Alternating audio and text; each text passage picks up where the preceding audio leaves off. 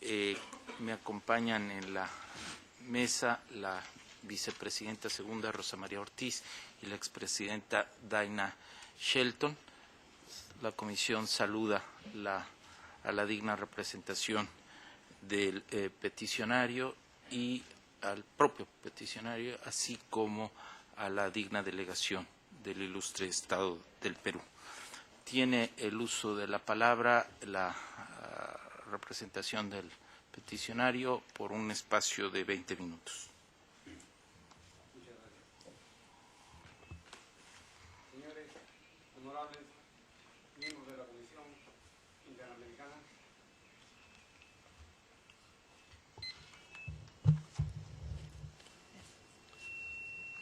señores honorables miembros de la Comisión Interamericana de Derechos Humanos, señor representante del Estado, permítame previamente hacer llegar mi sincero agradecimiento por darme la oportunidad de ser escuchado y, como abogado, asumir mi propia defensa en busca de justicia, conjuntamente con mi hija, la abogada Nelly Segarra Villar, quien además, al igual que mi hermana que me acompaña, fueron testigos del crimen que el Estado cometió contra mi persona. Resumiré mi exposición de la siguiente forma. Resumen de los hechos. En 1994, ostentando el grado de comandante de la Policía Nacional, fui designado como jefe de la Subdirección de Pasaportes de Lima, una de la Dirección de Migraciones al mando del coronel José Matayoshi. Mis funciones estaban limitadas únicamente al área de Lima. Nada tenía que ver con las oficinas encargadas de la expedición de pasaportes en provincias, entre ellas Tumbes. Estas dependían funcional y administrativamente de la Subdirección de Control Migratorio al mando del comandante Julio Lozada. En los meses de agosto y septiembre de ese mismo año, los medios de comunicación difundieron noticias sobre incautación de pasaportes en manos de prófugos de la justicia, entre otros el narcotraficante Lucio Tijeros y el estafador Carlos Manrique Carreño, quien fue capturado con un pasaporte peruano con el nombre de Mario Calderón. Estos pasaportes, según los noticieros, eran supuestamente expedidos en Lima con mi firma y sello. Al conocer estas noticias y luego de la verificación del caso, en defensa de mi honor y de mi familia, denuncié directamente y por escrito al responsable de estos hechos delictuosos, el capitán Cárdenas Hurtado, jefe de la Oficina de Migraciones de Tumbes, pues fue en este lugar donde se expidió irregularmente los citados pasaportes, como se comprobó judicialmente.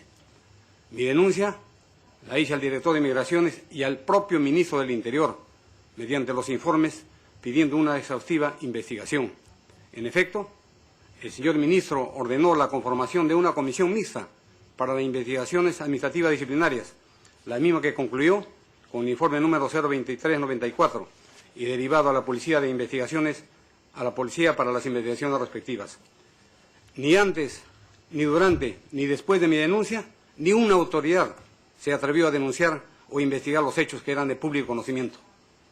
Sin embargo, mi decisión tuvo un caro y perverso resultado, la venganza.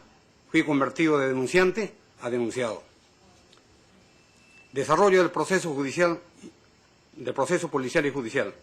Después de 15 días de investigaciones policiales, cuyo origen fue mi denuncia escrita, se produce la denuncia fiscal, formulada por el fiscal que participó en todas las diligencias a nivel policial, que culminaron con el atestado y que fue cabeza del proceso judicial, cuyas conclusiones reflejan el mérito de los hechos investigados y sus responsables. Como es de verse, en las conclusiones del informe y del atestado policial, en ninguna se establece ni se insinúa siquiera mi participación. Por el contrario, los acusados Roberto Cárdenas y Luis Moreno, que han rendido no una, sino varias declaraciones tanto en Tumbes como en Lima, en presencia del fiscal y sus abogados, confiesan o narran cómo acordaron dedicarse al negociado de pasaportes en la Oficina de Migraciones de Tumbes a su cargo. Y a pesar que a cada uno de ellos se les pregunta sobre quiénes estarían en Lima implicados en los hechos, jamás mencionaron a la persona del comandante Segarra Marín. Por un deseo de venganza personal, estos señores, al haberlo denunciado y puesto al descubierto su organización criminal en el tráfico de pasaportes, en la que también existieron otras personas que por algún interés se confabularon y armaron falsas acusaciones en su llamada indagatoria. Así, el coprocesado Cárdenas declaró que fui yo quien en forma personal le entregué solo 500 pasaportes de los 525 que debía hacerlo, y que entre esos 25 pasaportes que supuestamente se quedaron en mi poder, se encontraba el pasaporte de Carlos Manrique y de Lucio Tijeros.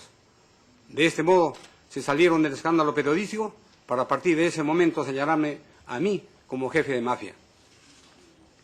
Lamentablemente, el señor fiscal, que actuó en contubernio con dichos sujetos y que a toda costa buscaba un jefe policial, solo le bastó que se hagan estas inverosímiles imputaciones para denunciarme, puesto que ni siquiera se me otorgó la oportunidad para ejercer mi derecho de defensa y responder a dichas acusaciones.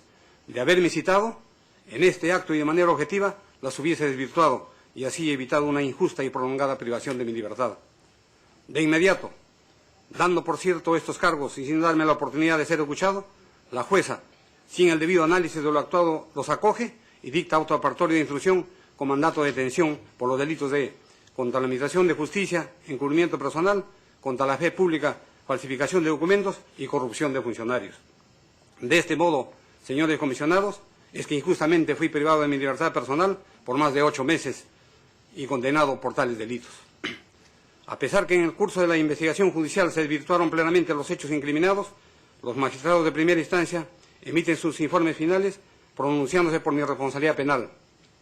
Inclusive, no tomen en cuenta el auto de libertad provisional, que demuestra que mi firma era falsificada, que no fui yo quien entregó los 525 pasaportes, que no hubo comunicación telefónica a raíz de los pasaportes supuestamente faltantes, concluyendo la sala penal que se han desvanecido los cargos que dieron lugar al mandato de detención.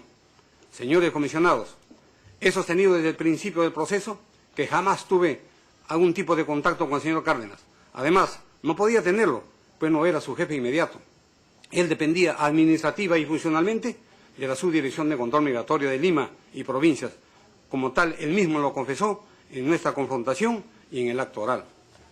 Como he señalado, quedó probado fehacientemente lo que yo sostuve desde un inicio, es decir, que jamás hice entrega personal de los 525 pasaportes a Cárdenas Hurtado.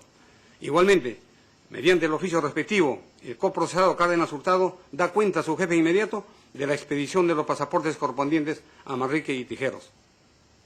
En el acto oral se escuchó la versión del procesado Francisco Villanueva, comprador de pasaportes, quien sostuvo que le nace la idea de negociar pasaportes en la Oficina de Migración de Tumbes en 1994, cuando al ir a la frontera conoció a Moreno y luego a Cárdenas, en vista de que en Lima era difícil. Por eso es que regresó a Tumbes y habló con Moreno, pues antes se había conversado,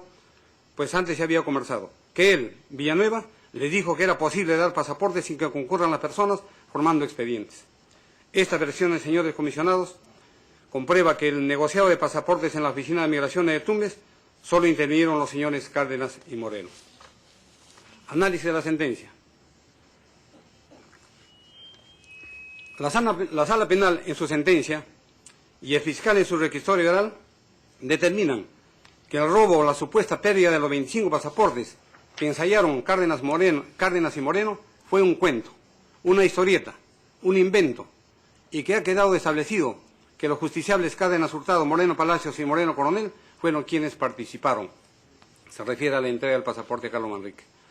Siendo esto así, resulta como corolario que las supuestas llamadas telefónicas y orientaciones e imputaciones hechas en mi contra, a raíz de los supuestos 25 pasaportes faltantes, y que por ello era conocedor de sus irregularidades, son otro cuento, otra historieta. Sin embargo, la Sala Penal, contradictoriamente y un hecho sin precedentes, concluye que yo tenía conocimiento de las irregularidades que ocurrían en Tumbes porque así lo afirma su coprocesado Cárdenas Hurtado, y que esto era corroborado por su coprocesado Moreno y que además yo había obtenido utilidades económicas. Para los jueces, mi responsabilidad estaba demostrada porque así lo decía Cárdenas Hurtado, contra todo lo acreditado y establecido en el desarrollo del proceso penal. Pero más grave es aún concluir que el señor Moreno Palacios corrobora las incriminaciones y que he llegado a obtener utilidades. Señores comisionados, lo dicho por el señor Cárdenas fue desvanecido por la Sala Penal a través de sus propios considerandos y del auto de libertad provisional ya citado. Lo sostenido en la sentencia es inexacto y se falta la verdad, como ustedes mismos podrán verificar. En este sentido, el informe elaborado por el fiscal supremo determina que dichas afirmaciones, y al igual que otras contenidas en la sentencia, son falsas e inexactas, pero que sí sirvieron para sustentar la sentencia condenatoria en mi contra, lo que es realmente un delito.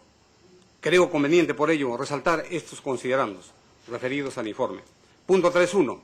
De la manifestación policial de Luis Moreno, instructiva y confrontación, no fluye ninguna imputación directa sobre los delitos por lo que fue sancionado, pero que fue sentenciado. Es decir, Luis Moreno Palacios no afirma que Segarra Marín haya realizado alguna de las conductas de encubrimiento personal, falsificación de documentos y corrupción de funcionarios. Por ende, lo expuesto por la sentencia en mención respecto a Moreno Palacios es un hecho falso. Se acredita también que no se ha realizado ninguna diligencia de confrontación entre Luis Moreno y Agustín Segarra, ni en la etapa de instrucción ni en el juicio oral. Por tanto, la resolución se sustenta en prueba inexistente, por cuanto a la supuesta diligencia es considerada como una prueba de la responsabilidad penal del citado Segarra Marín. Punto 3.2. Es un hecho falso y prueba inexistente lo sostenido en el considerando 13 y 17 de la sentencia del 08-11-96, en el sentido que Segarra Marín y sus coinculpados Cárdenas Hurtado y Moreno Palacios han obtenido ilícitos beneficios económicos y utilidades económicas. Por cuanto, respecto a Segarra Marín, no existe una sola prueba que acredite que éste haya obtenido ganancia alguna con la venta de los pasaportes irregularmente expedidos por sus coinculpados, quienes sí admitieron haber comercializado numerosos pasaportes, aprovechando su condición de funcionarios de la Oficina de Migraciones de Tumbes. Ninguno de ellos señala que parte de esta venta ilícita fue compartida con Segarra Marín. También es cierto que este mismo refiere a nivel judicial que nunca entregó ninguna suma de dinero por los pasaportes. Por tanto, también nos encontramos con un hecho falso, pues por la expedición y venta irregular de pasaportes de la Oficina de Tumbes que realizaban Cárdenas y Moreno, no fluye en el proceso algún hecho cierto, prueba o imputación alguna que haya sido entregado o se haya beneficiado a Segarra Marín con utilidades económicas. Por otro lado, considero relevante resaltar lo señalado por los vocales de la Corte Suprema en el asunto administrativo número 170, párrafo 4, análisis del petitorio. Dice así: sin embargo, hay que hacer notar que examinando la sentencia de vista que cuestione reclamante, se advierte que efectivamente no se ha valorado ni meritado toda la prueba actuada, especialmente la que se mencionan en el anexo 9 de este cuaderno que favorecen la situación del reclamante, y se sustenta fundamentalmente en la sindicación de los coacusados, sin que existan otras pruebas corroborantes sobre esta sindicación, e incluso se argumenta en esta resolución para concluir por la responsabilidad de Segarra Marín que aquel no ha actuado prueba de descargo para acreditar totalmente mi inocencia, violándose de esta forma el debido proceso por falta de motivación suficiente de la referida resolución, motivación que implica el análisis y la valoración de toda la prueba actuada, no obstante de que así lo dispone el artículo 139, inciso quinto de la Constitución del Estado y el artículo 285 del Código de Procedimientos Penales. Y, además, porque se invierte y viola el principio de presunción de inocencia, como derecho fundamental de toda persona contemplada en el artículo 2, inciso 24 de nuestra Carta Fundamental. Señores comisionados, esta es la evidencia más clara de que mi sentencia, al igual que mi acusador, obedeció a una venganza de las personas que denuncié y a un complot del dictador Fujimori y sus simbiosis Vladimiro Montesinos, con jueces sometidos y corruptos que aprovecharon estas circunstancias a puertas de un proceso electoral, encontrando a un chivo expiatorio que les permita aparentar una falsa lucha contra la corrupción.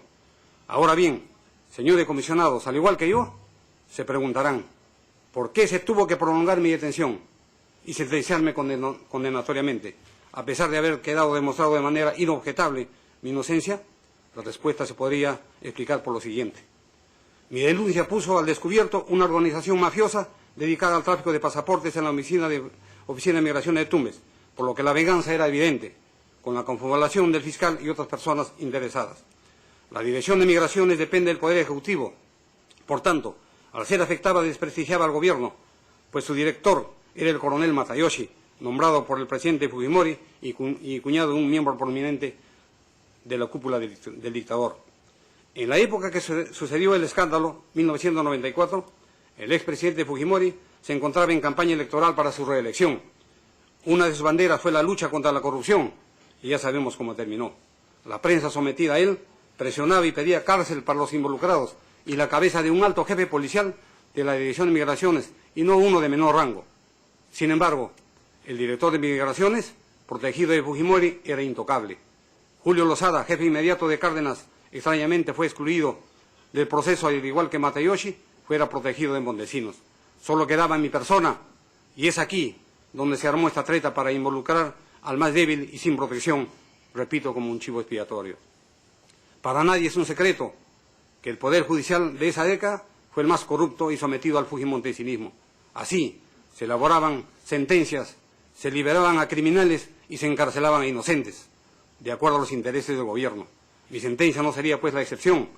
Incluso muchos de los jueces y fiscales que participaron en este proceso han sido destituidos y condenados por delitos de corrupción. Incluso el fiscal Pesantes, que se pronunció por mi responsabilidad.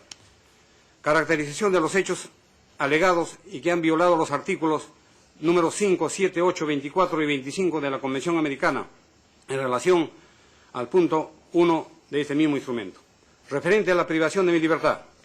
La privación de mi libertad se produjo sin ser consecuencia de un delito flagrante, sin la existencia de suficientes elementos probatorios o indicios concurrentes que me vincularan al hecho imputado, bajo la presunción de culpabilidad y no de inocencia. Bastó la sola declaración de un implicado sin presencia de su abogado defensor. No existió peligro de fuga, pues por mi propia voluntad me puse a derecho. Era un alto jefe policial en ejercicio, padre de 5 menores de edad, de 5 hijas menores de edad, la última de 3 años, con domicilio y trabajo conocido. Al no haberse cumplido con tales requisitos, se violó el Código Procesal Penal, la Constitución Política y, consecuentemente, lo consagrado por la Convención Americana. La imputación que me hizo Cárdenas Hurtado en su indagatoria se produce el día 20 de octubre a las 20 horas. Tanto las investigaciones policiales así como la denuncia del fiscal terminan y se hacen el 21 de octubre de ese mismo año. Es decir, el fiscal tuvo 24 horas para citarme, hacerme conocer los cargos en mi contra, ser oído y darme la oportunidad de ejercer mi derecho de defensa. De esta forma se violó la Constitución y el artículo 7 y 8 de la Convención.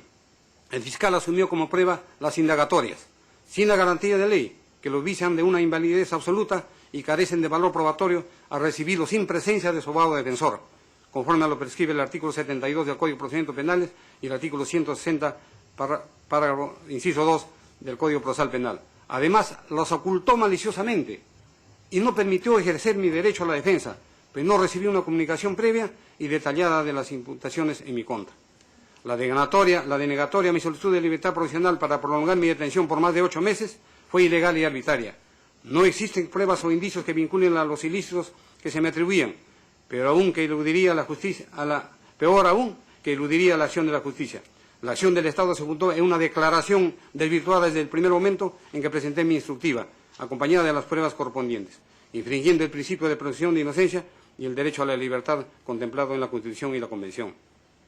Por su parte, el juez, sin una debida calificación de la denuncia y motivación como le exigen las normas locales, me aperturó instrucción con mandato de detención. De esta manera, atentó contra mi libertad personal, integridad y violó el derecho a la presunción de inocencia e igualdad ante la ley y al debido proceso.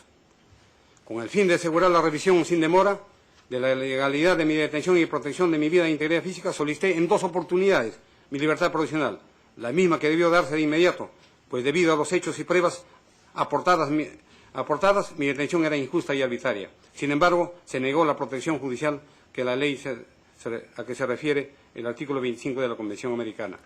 Respecto a la sentencia condenatoria, la responsabilidad penal establecida contra mi persona no fue consecuencia de evidencias ni indicios idóneos que me liguen con el hecho delictivo. Se basa contradictoriamente en la misma imputación desvirtuada por la Sala Penal que me concedió la libertad provisional. Si bien no le corresponde a la Comisión o a la Corte establecer si la víctima es o no responsable de una conducta punible, sí le corresponde determinar la compatibilidad de las actuaciones realizadas en el proceso judicial con la Convención Americana. Fui condenado a pesar que los hechos imputados nunca fueron probados de manera firme e indubitable. Por lo contrario, todos fueron desvanecidos bajo la garantía y principios constitucionales de la presunción de inocencia y el indubio pro reo. Los jueces debieron absolverme. Sin embargo, me condenaron sin pruebas. No se ha valorado ni meritado toda la prueba actuada, especialmente la que me favorecen y acreditan de manera objetiva mi inocencia, y sustenta fundamentalmente la declaración de un coacusado, sin pruebas que lo corroboren. Incluso se argumenta en la sentencia para concluir por mi responsabilidad que yo no he actuado prueba contundente de descargo para acreditar totalmente mi inocencia. violándose en esta forma el debido proceso, así como lo dispuesto en la Constitución, el Código de Procedimientos Penales y la Convención. La sentencia condenatoria, al establecer este criterio, además invierte la carga de la prueba y viola el principio de presunción de inocencia, lo que contraviene la Constitución, cuya norma legal obliga a la magistratura a aplicarla.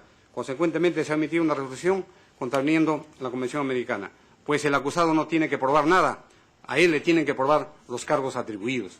La sentencia condenatoria contiene una serie de hechos falsos y pruebas inexistentes. No existe confesión sincera ni testimonial válida, ni ningún otro medio probatorio idóneo que corrobore la imputación, como bien lo señala el fiscal supremo en su informe, lo cual también viola la Convención. Fui condenado por los delitos contra la fe pública, corrupción de funcionarios y encubrimiento personal, sin ningún sustento fáctico o jurídico, es decir, sin señalar las razones mínimas que sustentan esta decisión jurídica, tal como lo exigen las normas legales internas y el Tribunal Constitucional peruano. No se señala él o los documentos que haya falsificado. Todo lo contrario, se falsificaron mi firma y sello. No se indica el procesado testigo que haya sostenido haberme dado un solo sol para beneficiarse económicamente. ¿Y qué persona estuvo bajo mi custodia a la cual haya ocultado o facilitado su fuga? Eso no se señala absolutamente nada. Esta conducta ha violado el debido proceso contemplado en la Constitución y la Convención Americana. Le cedo para las conclusiones a la doctora. Con su venia podemos pedir unos minutos adicionales. Tendrían 2 minutos, por favor. Perfecto. Sí, quisiera culminar la exposición señalando que esta comisión, señores miembros... Sí, señores miembros de la comisión, señor presidente, señores representantes del Estado, quisiera culminar esta exposición citando a la propia comisión, que a su vez cita a la Corte Interamericana y señala que el examen de si el Estado involucrado ha violado o no sus obligaciones internacionales por virtud de las actuaciones de sus órganos judiciales puede conducir a la comisión o a la Corte que deban ocuparse de examinar los respectivos procesos internos, como en este caso. Teniendo ya en consideración todos los hechos expuestos y las pruebas aportadas durante este largo proceso ante este organismo internacional, y habiéndose confirmado la forma en que el peticionario fue privado de su libertad, cómo fue procesado, sentenciado condenatoriamente, destituido de su trabajo con el consecuente daño a su familia, a su integridad, a su honor, a su proyecto de vida, al proyecto de vida de su propia familia, todo ello ha configurado violaciones a los derechos recogidos en la Convención, el artículo 8, 25, todo en relación con el artículo 1.1, como lo hemos manifestado. Es por eso que solicitamos que se recomiende al Estado que bajo los mecanismos legales vigentes en nuestro país se adopten ciertas medidas, como si es posible se declare nula la sentencia condenatoria, pues esta, como hemos señalado, se fundaron en pruebas inexistentes, en alegatos falsos. Se investigue y se sancione a las personas involucradas en esas arbitrariedades, lo cual incluiría autoridades de la policía, incluso del Poder Judicial. Se ordena al Estado la reincorporación del peticionario a la Policía Nacional, no con el grado de comandante, sino con el grado de general, que es lo que le correspondería. Pues el propio Estado ha reconocido que su pase al retiro, como consecuencia de estos hechos, fue injusto e ilegítimo. Y no se limite solamente a un desagravio general, como sucedió en el año 2007, sino que se repare adecuadamente esta violación a su derecho humano. Además, solicitamos, se recomienda al Estado hacer una ceremonia pública donde se desagravie de forma personal al peticionario, donde se establezca además la responsabilidad del Estado por la violación de sus derechos y que sea comunicado en una cadena televisiva a nivel nacional y se publique este comunicado en el diario oficial El Peruano, tal como se comunicaron en los años de ocurridos los hechos esas noticias. Se recomienda además, como he señalado, se repare adecuadamente tanto en el ámbito moral como económico, material, por el daño a su proyecto de vida, que es un criterio ya reconocido en esta instancia internacional. Además, al principio, la violación a sus derechos humanos trajo diversas consecuencias, como lo hemos mencionado, la detención arbitraria en un centro penitenciario por 8 meses, una condena de 4 años. Además, todo ello con consecuencias graves en el orden profesional, pues vio truncada su carrera como policía, en el orden familiar, en la salud física y en el orden económico, pues la pensión que vino cobrando asciende a $925 al día de hoy. Y como he señalado, el acto de desagravio tan solo implicó una remuneración de $60. Ahora bien, la exclusión del peticionario del cuadro de mérito por causal de la detención, en el cual estuvo considerado con el número 233, implicó el recorte de su pensión en una suma aproximada de 5.000 soles. pues de acuerdo al artículo 7 de la Ley de Pensiones Militar y Policial, el hecho de haber pasado la situación de retiro por la causal de renovación, encontrándose inscrito ya en el cuadro de mérito, le correspondía percibir el íntegro de lo que percibe el grado inmediato superior, que era el de un coronel, es decir, 7.500 soles. Hay una diferencia bastante significativa. Siendo esto así, luego de 18 años el peticionario ha dejado pues de percibir la suma de $400.000.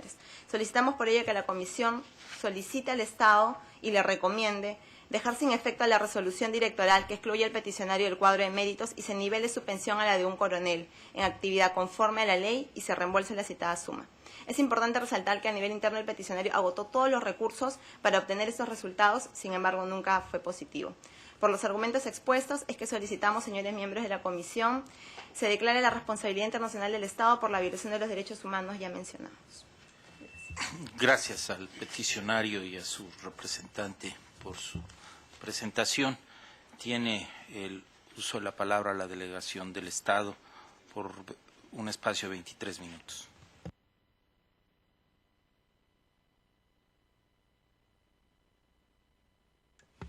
Muchas gracias, señores comisionados. Pues bien, con relación a este tema, con relación a este caso, la defensa del Estado peruano quisiera empezar señalando lo siguiente. Sobre este punto hay, como ustedes saben, un informe de admisibilidad emitido por la Comisión Interamericana de Derechos Humanos. Estoy refiriendo al informe 20-/09, admisibilidad Agustín Vladimiro Segarra Madín, de fecha 19 de marzo del 2009. Y en este informe de admisibilidad, aparte de darse cuenta del trámite ante la Comisión Interamericana, la propia Comisión ha señalado ya que con respecto a algunos temas la petición ha devenido inadmisible, ¿no? Por ejemplo, se ha puesto mucho énfasis en el tema de la libertad física y es un punto que, por ejemplo, la propia Comisión ha señalado que no ha reconocido la admisibilidad de la petición con relación a ese punto. Luego, aquel vinculado con el tema de los recursos contenciosos administrativos o administrativos que fueron empleados también, la Comisión Interamericana ya ha fijado posición. Me refiero básicamente a los fundamentos 61 y 62 del informe de admisibilidad. Y me permito leerlo porque en realidad varias de las cosas que se han planteado tienen que ver con estos temas. La Comisión ha señalado claramente, con relación al primer punto, el de la detención durante más de 8 meses en el marco del proceso penal seguido en su contra. Fundamento 61 del informe de admisibilidad. Con relación al primer punto, la información disponible indica que al momento de presentar la petición, el señor Segarra Madín se encontraba en libertad, pues durante el proceso se profirió un auto que declaró la improcedencia de la detención preventiva en su contra. En tal sentido, este aspecto de la petición habría sido resuelto por Estado en la vía interna. En esta circunstancia, la pretensión del peticionario se limita a la obtención de una reparación por este hecho, sin que se cuente con información sobre recursos intentados en ese sentido. Por lo tanto, procede a declarar inadmisible este extremo de la petición. Si lo vinculado con la libertad física y las consecuencias que corresponden a ello. Luego, sobre el punto número 2, estoy haciendo mención a los 3 puntos que la Comisión claramente en su informe de admisibilidad ha delimitado como los que implican la controversia en sí entre el sistema interamericano. El punto 2 de controversia, dice la Comisión, la decisión de pase a retiro por renovación. Y sobre este punto, en el fundamento 62, la Comisión también dice que no cuenta con elementos para apartarse de la conclusión, no leía todo el párrafo porque es bastante extenso, y también declara que es inadmisible el extremo de esta petición. Quiero hacer referencia aquí a un tema muy importante. En el Estado peruano ha habido problemas, es cierto, vinculados con el tema de los pases a retiros por renovación de altos funcionarios de las Fuerzas Armadas y la Policía Nacional del Perú. Es un tema que no se puede desconocer. Y es un tema también que en su momento se dio también en el periodo democrático, ¿no? Esto es un tema exclusivo de periodos autoritarios. También en el sistema democrático se siguió pasando a renovación porque se entendía que una potestad discrecional del presidente de la República. Y como ocurre en el Estado peruano, cuando se identifica un problema vinculado con violación de derechos humanos, cualquier persona puede presentar una demanda y a partir de ahí obtener un cambio en esa, por así decirlo, tendencia. Y esto fue lo que ocurrió en el año 2003-2004, no tengo ahorita exactamente el año, en donde el Tribunal Constitucional, pronunciándose sobre una demanda de amparo presentada por un oficial que había pasado a retiro por renovación, dejó de lado su jurisprudencia original, donde había dicho que esa era una potestad del presidente que no tenía por qué motivarla, y cambió la línea jurisprudencial y señaló que el presidente de la República en realidad sí debía motivar sus resoluciones para garantizar justamente las garantías del debido proceso u otros derechos fundamentales de estas personas. Entonces vean ustedes cómo, a nivel interno, quien necesita afectar sus derechos va a la vía judicial, se crea primero una jurisprudencia del tribunal que decía que no tenía por qué motivarse, porque es un acto discrecional del presidente de la República que pasa retiro por renovación.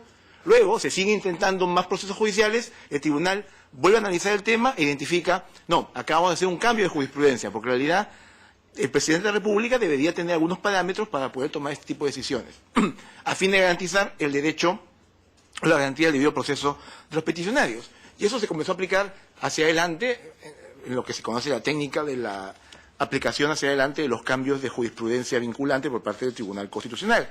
Esto lo hago porque aquí se ha puesto mención ese tema de la situación de pase-retiro, pero quiero yo acá resaltar, aparte de que el hecho que la Comisión Interamericana ha declarado inadmisible ya este extremo, resaltar cómo el Estado peruano, frente a ese tipo de problemas, no se queda cruzado de brazos, sino que cuenta con órganos jurisdiccionales capaces de identificar ese problema y dar una nueva perspectiva de solución a los mismos.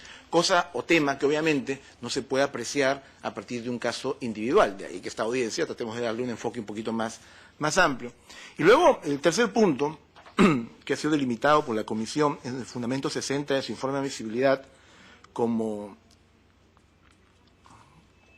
un supuesto a ser analizado esta controversia, se está basado en el tema de la presunta inversión de la carga de la prueba sobre su culpabilidad y la consecuente condena. Lo que hemos escuchado aquí durante casi 20 minutos por parte de los peticionarios es una discrepancia con los argumentos que dieron lugar a la condena del peticionario en su momento. Y justamente ustedes, mejor que nadie, conocen perfectamente lo que implica ese tipo de situación. Es decir, la propia Comisión Interamericana ha señalado claramente que eso no es una cuarta instancia. O sea, el sistema se trastoca. El sistema interamericano se trastoca, se quiebra, cuando justamente se pretende colocar ante el sistema interamericano controversias que no corresponden.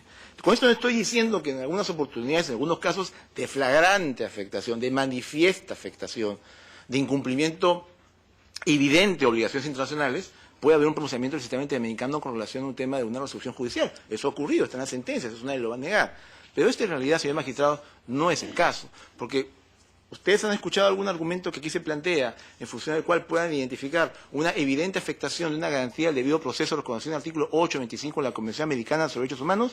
Me parece que no. ¿Qué es lo que hemos escuchado? Básicamente una discrepancia sobre la manera en que a nivel de Poder Judicial se ha analizado, se ha valorado pruebas por parte de los funcionarios del sistema de administración de justicia. Y justamente también en el informe de admisibilidad, cuando se hace referencia a este punto, básicamente el argumento central del peticionario es que habría un párrafo en una de las sentencias en donde se daría a entender que él tiene que demostrar su inocencia y no sea al revés, que el Estado tenga que demostrar la culpabilidad. Pero yo quiero hacer hincapié de que este es un párrafo, es un párrafo en realidad que está en una redacción quizás no de la más feliz, pero tendrían que revisar ustedes todo el expediente para darse cuenta que esa no ha sido el único fundamento, por así decirlo, para haber dictado la sentencia que correspondía. Pero tampoco este es el escenario para comenzar a explicar o rebatir cada uno de los fundamentos, porque hay una debida motivación en ese escenario, en ese campo. El Estado peruano es uno de los estados, diría yo, a nivel comparado, que mayor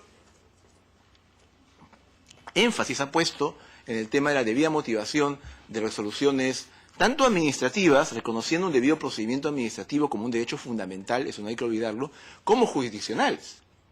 Cito una amplia jurisprudencia del Tribunal Constitucional peruano, analizada en el ámbito del derecho comparado, sobre cómo incluso sentencias penales pueden tener una indebida motivación y a partir de ahí deja el espacio abierto para que las personas puedan, de alguna manera, plantear las objeciones o cuestionamientos a que diera lugar. Ahora, hay que distinguir, vamos a que ser muy claros, entre lo que es el proceso penal que en su momento se emitió, lo que fue el posterior acto de pase a retiro. No hay necesariamente una vinculación exacta entre ambos rubros y, bueno, en consecuencia, el tema de la reincorporación del peticionario en cuanto a sus derechos, en fin, etcétera, llevado a cabo posteriormente, también es un tema distinto al ámbito del proceso penal. Hay que evitar conjuntar cosas que no tienen una relación estrecha entre sí.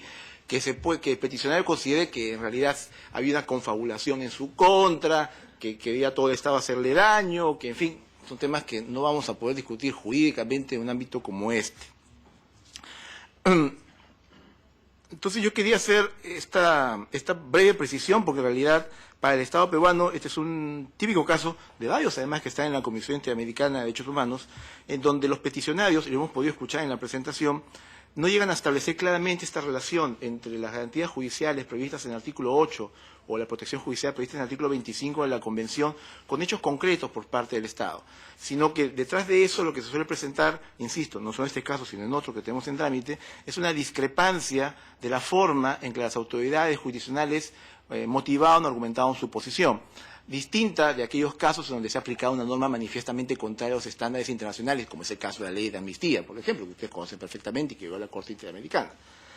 Entonces, hay que distinguir perfectamente esa situación, y por eso el Estado peruano, en los informes correspondientes, ha puesto mucho énfasis en ese rubro, en relación a ese tema. Y reitero nuevamente, sobre los problemas concretos que se presentaron por la ausencia, una debida motivación en el tema de pase, retiro y renovación de diferentes funcionarios, el propio Estado, a través de sus procesos constitucionales y a través de su Tribunal Constitucional, ya ha establecido una jurisprudencia bastante clara en relación con ese tema. Insisto nuevamente en este punto, insisto nuevamente en este tema, un poco siguiendo lo de la audiencia anterior, porque el Estado peruano cumple con sus obligaciones internacionales cuando ofrece a los peticionarios los mecanismos adecuados para cuestionar sus decisiones.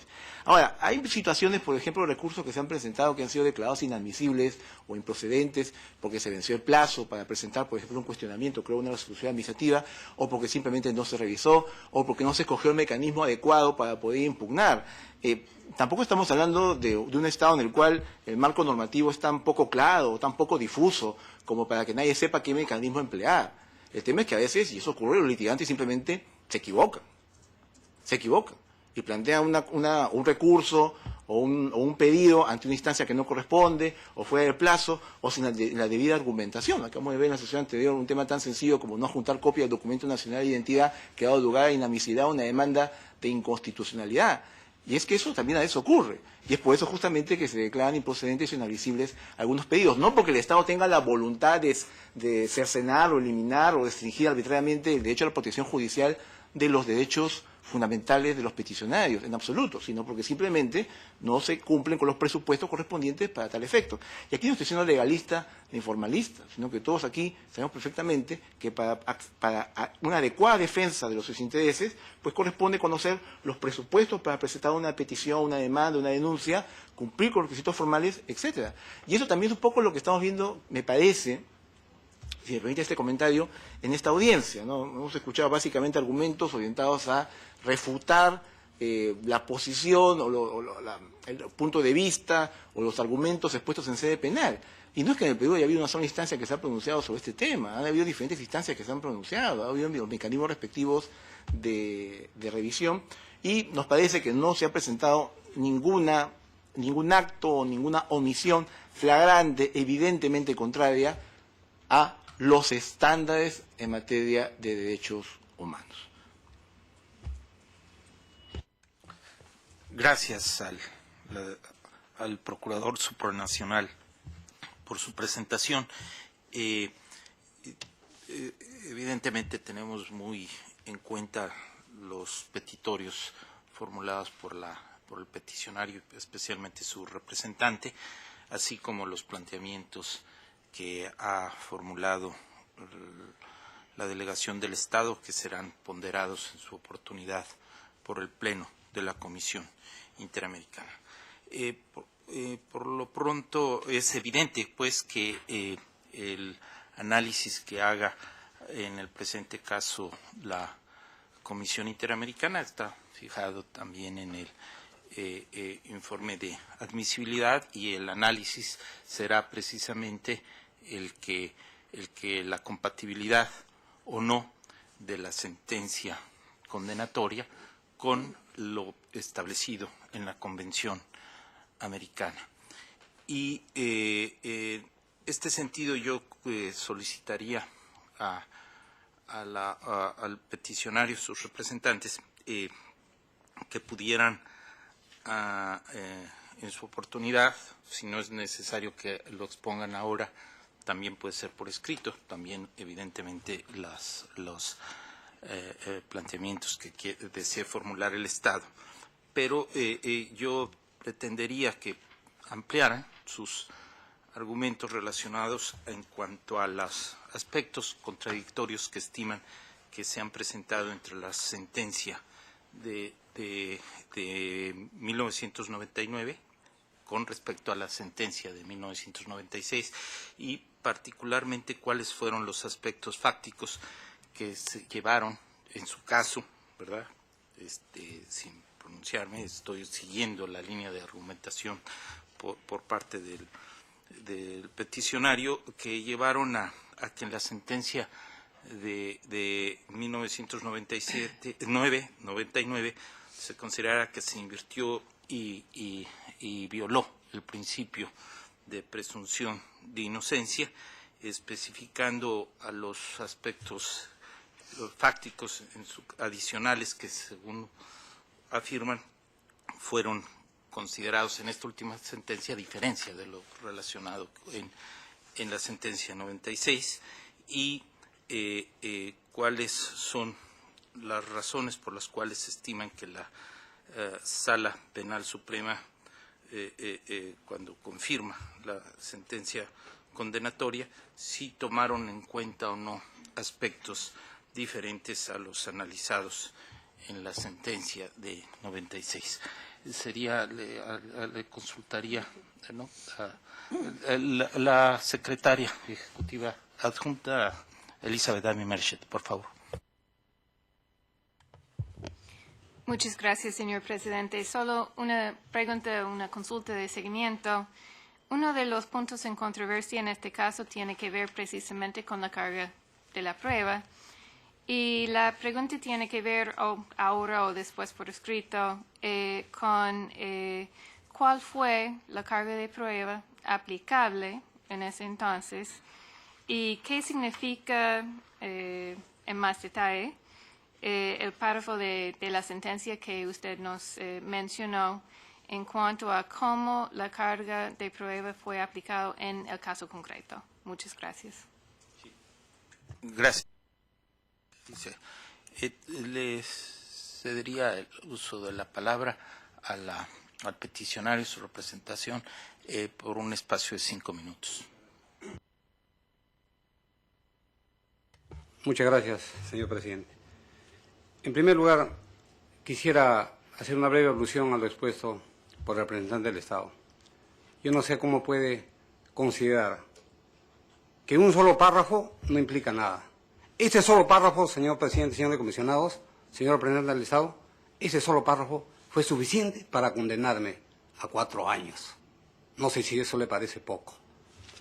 El informe del Estado peruano, en su punto número 322, que dice que de todas las pruebas valoradas por el magistrado, ninguna de ellas lo han llevado a determinar un fallo favorable a Segarra Marín. Por cuanto de las pruebas a la vista y las cuales fueron merituadas durante el desarrollo del proceso penal, que revistió todas las garantías judiciales, está probada la responsabilidad del comandante Segarra Marín como coautor de encubrimiento, fe pública y corrupción de funcionarios.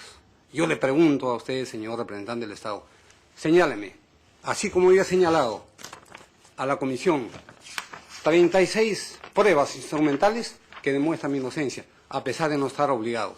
Una sola que me señale usted, señor representante, una sola prueba que determine mi responsabilidad penal, aparte de la sindicación que fue desvirtuada y desvanecida en forma oportuna y contundente por la propia sala que me sentenció. Una sola, señor procurador. Dice que ha analizado todas las pruebas que ha merituado y que ha determinado mi responsabilidad. Esa sería la carga de la prueba. Una sola, señor procurador. Señáleme, le pido por favor. Y si sería así, yo no tendría por qué estar en esta comisión. Entonces, respecto a la libertad, si bien es cierto en el informe de admisibilidad dice que cuando yo presenté mi petición ya me encontraba en libertad. Desde luego, ya me encontraba en libertad. Pero yo no cuestiono eso. Yo cuestiono la forma como se me produjo mi detención. Fue demasiado arbitraria, abusiva, porque a alguien se le ocurrió decir, este señor sabe, detención, preso, 8 meses. Eso no es así. En un Estado de Derecho no puede obrar así. Se produjo eso porque sabemos en esa década la corrupción que existía del Poder Judicial y que estaba sometida a ese binomio Fujimontesinismo. Entonces, señores comisionados, yo cuestiono eso, ¿Cómo es que se me privó en libertad en forma injusta y arbitraria, al margen de la ley y la Constitución? No se me dio la oportunidad para defenderme, porque así, si a mí me llama el fiscal, venga usted, señora, ¿usted lo están acusando de esto? Voy con todas mis pruebas a la mano y le digo, esto es así, esto es así, yo no tengo que ver nada en esto. Y simple y llanamente se hubiese evitado una detención, dejando desamparo a mis 5 menores hijas, una de 3 años. Eso es criminal, eso es un delito, entonces que no se puede tolerar. Yo les pido a la Comisión que se analice en este aspecto, por favor, respecto a cómo se ha violado mis derechos humanos en ese sentido. Por otro lado, se dice, bueno, respecto a la carga de la prueba, eso de acuerdo a ley, indudablemente, eso corresponde no al denunciado, corresponde al Estado. El Estado peruano tiene que probar. Si a mí me dijo que yo soy falsificador de documentos, ¿cuál es el documento que he falsificado? Si dice que yo he sido corrupto, o que me diga qué persona o qué testigo ha señalado haberme dado un sol para beneficiarme económicamente. Si se me sanciona por delito de corrupción de posición geológica, por el delito de falsificación y de encubrimiento personal, ¿qué persona estuvo bajo mi mando o mi custodia para yo ser responsable de ese delito? Nadie. Si le facilité, no le facilité. Se demostró judicialmente hasta cansancio que el pasaporte fue otorgado en Tumbes, por un funcionario de Tumbes. Yo no tengo que ver nada absolutamente con la Oficina de Inmigración de Provincias, señor presidente, señor comisionado. Mi área de la responsabilidad es solamente Lima, pero lamentablemente los diarios periodísticos que he acompañado a ustedes, todos decían, en Lima el jefe de pasaportes, en Lima el jefe de la mafia, en Lima el comandante sagrado, el jefe de la mafia, en Lima le pagaron 10.000 hasta $100.000, dice, para el pasaporte de Manrique. Eso me perjudicó enormemente y hasta ahora voy cargando esa cruz de la injusticia, que espero que esta comisión algún momento me haga justicia de este gran abuso. Eso es todo, señor.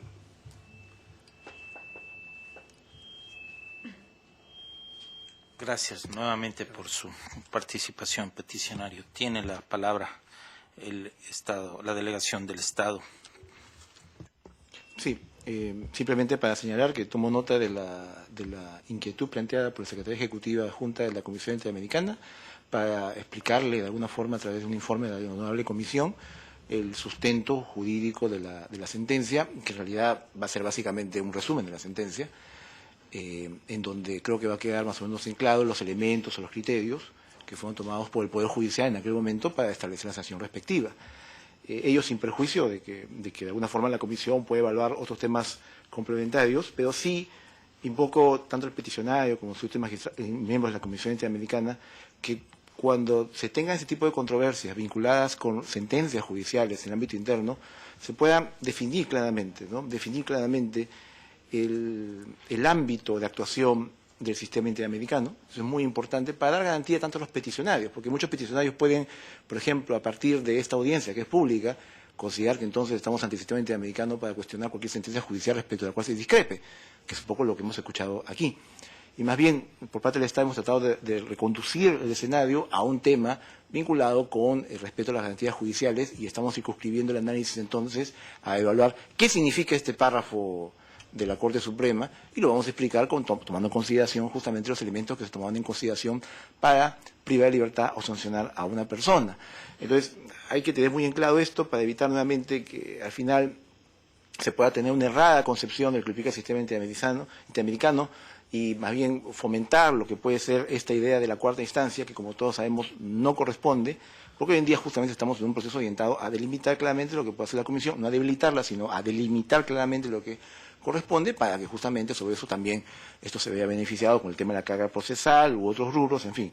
En atención a la cuestión concreta, por lo tanto, vamos a plantear el informe respectivo, que además también ya anteriormente hemos elaborado, creo que tenemos unos 3 o 4 informes ya presentados con relación a este tema, pero vamos a hacer una revisión de los mismos para centrarnos exclusivamente en el pedido concreto de lo que implicó este párrafo en el ámbito del proceso judicial, sin entrar ya a los demás temas que son más bien apreciaciones ya subjetivas del peticionario con relación a los motivos que estuvieron detrás de su pretensión y que no corresponden ser evaluados en esta instancia, tenemos entendido. Bien, gracias nuevamente tanto al peticionario, su representante, como a la delegación del ilustre Estado del Perú por su participación en la presente audiencia. la Comisión Interamericana estará atenta a recibir la información complementaria que se sirvan presentar y que será analizada y estudiada para emitir su resolución o el informe de fondo correspondiente al presente caso. Muchas gracias.